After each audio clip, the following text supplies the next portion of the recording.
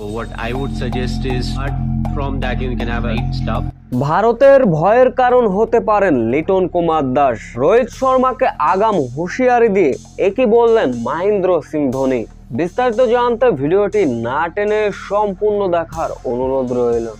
ভারতের বিপক্ষে টেস্ট শুরু হবার আগে বাংলাদেশ ভারত দ্বৈরথ শুরু হচ্ছে না, এখানে শুরু হচ্ছে দুই উইকেট রক্ষক ব্যাটারের দাপট।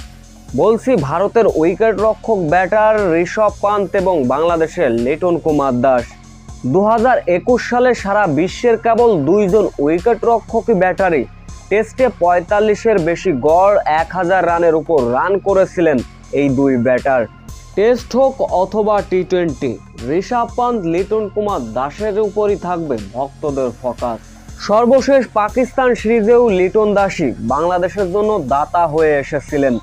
প্রথম টেস্টে মুশফিকুর রহিমের সঙ্গে অনবদ্য জুটি বাংলাদেশকে নিয়ে গিয়েছিলেন অনন্য এক উচ্চতায়। এরপর মেহেদী হাসান মিরাজের সঙ্গে 165 রানের বিশ্ব রেকর্ড। এক কথায় সব মিলিয়ে লিটন দাসের উপরই থাকবে আলাদা নজর ভারতের। ভারতের জন্য ভয়ের কারণই হতে পারেন লিটন কুমার দাস, এমনটাই মন্তব্য করলেন ভারতীয় সাবেক মাস্টার কুল মহেন্দ্র সিং ধোনি। তিনি বলেন, ভারতের বিপক্ষে টেস্ট হোক অথবা ওয়ানডে, লিটন কুমার দাস ভারতের জন্য ভয়ের কারণ হতে পারেন।